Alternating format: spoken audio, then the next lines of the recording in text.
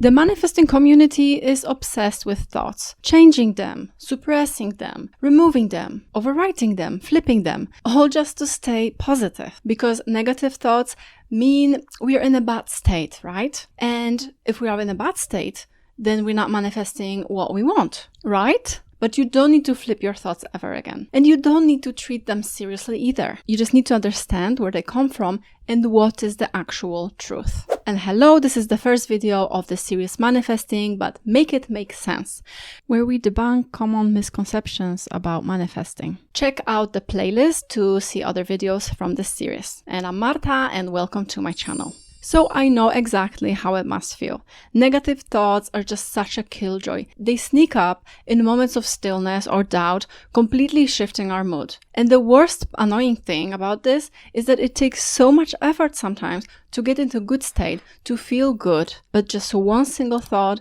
can pull us right out of it in a second, and then we spiral into negativity. That's how much power we give them. And that power is our attention. So let me know in the comments, have you ever felt like negative thoughts leaked out into your well-being? But here's the thing. When we try to suppress negative thoughts or override them or even force them away, we're actually unconsciously feeding them. We're giving them the energy. It's like mopping up an overflowing floor instead of turning off the faucet in the first place.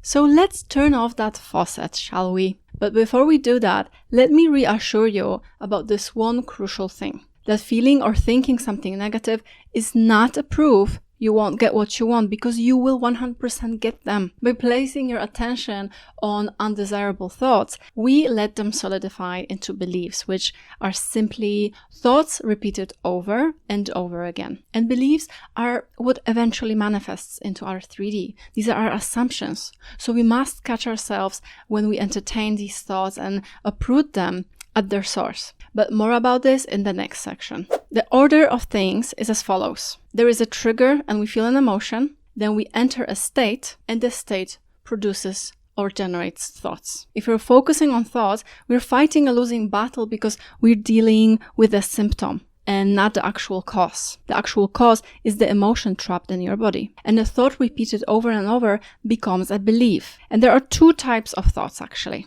So the first type is the persistent, reoccurring ones, and they are connected to these emotions trapped in the body. And these just pop up whenever we are in a state of doubt, fear, or sadness, and are most likely solidified in deep beliefs we hold for maybe even decades. And the second type are random, fleeting thoughts that show up even when we are in a good mood, just to test you a little bit. Just to see if you're going to take the bait. And there's a different way to deal with each of them. Hello, Editing Marta here. I just wanted to add that no matter how long it takes you, approach this with patience, because you've been doing this in a different way for decades probably. So give yourself some grace if it doesn't come to you immediately.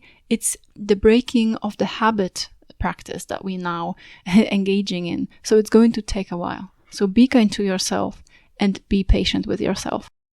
If a thought is the strong of this first type and keeps coming back, we have to release the underlying emotion. The thought is not going to go away until the energy behind it burns out, because emotions are simply energy in motion. That's why I highly recommend the Letting Go method by David R. Hawkins. It's the simplest and the most effective way to process emotions. And if you practice it with patience, love, and understanding, you'll set yourself free over time. Because nothing you can ever feel, think, or intuit can ever be a threat to you in any way. And this is your world, and you're always safe in it at all times. When I started using the Letting Go method, it wasn't easy at first to sit with my emotions. It's very uncomfortable. But over time, I stopped having bad days altogether, just a couple of difficult hours here and there, and then I could just turn things around. But what about these random thoughts coming up that come and go, the fleeting ones? You don't have to engage with them at all. Just let them pass. They might return, but the more you starve them of your attention, the weaker they actually get. And another thing Editing Marta would like to add is that we should try to notice the silences between your thoughts more than the actual thoughts and their contents. Try to do this as you walk around and have different thoughts that are fleeting here and there. This is the practice that I like to call walking meditation. I don't know if that's what other people call it too, but when you walk around and you have those thoughts, try to acknowledge them and pause for a moment and notice what comes after, the silence between the thoughts, and focus on that. Focus on the presence, on how it is to be here and now in this moment. That's all it takes. So if you want to find out what's blocking your manifestations and holding you back, I've created a free quiz that will give you a customized breakdown of your strengths, challenges, and tips to improve your manifesting based on your quiz results. To take it, just comment below, I want to take the quiz, and I'll give it to you. And here's where it gets really interesting. Some of these thoughts might not even be yours. These are thoughts of the collective consciousness, because there is only one mind. And at the deepest level, all minds are one. What you are experiencing is just a localized version of that universal mind. In other words, everyone and everything is ultimately connected by this singular consciousness. And you are operating from the part that's localized in you right now. So for example, for me, it's here in Marta. But ultimately, everything and everyone is a part of the same interconnected awareness. Thoughts are just signals, just like radio waves. Some of them aren't meant for you. There's just someone who is very unhappy and they're just passing through. You don't have to accept or entertain every single one. Just tell to yourself, that's not my thought, or it's not true. When there's fear, illness, or emotional upheaval in the collective, these energies are broadcast and we all turn into them. When you pick up on a thought from the collective, it's filtered through your own individual experiences, fears, and doubts, making it feel personal, even though it's just a frequency from the broader mind. It's like receiving a radio signal, but filtering it through the lens of your own emotional state. And you can catch on these and let them spiral.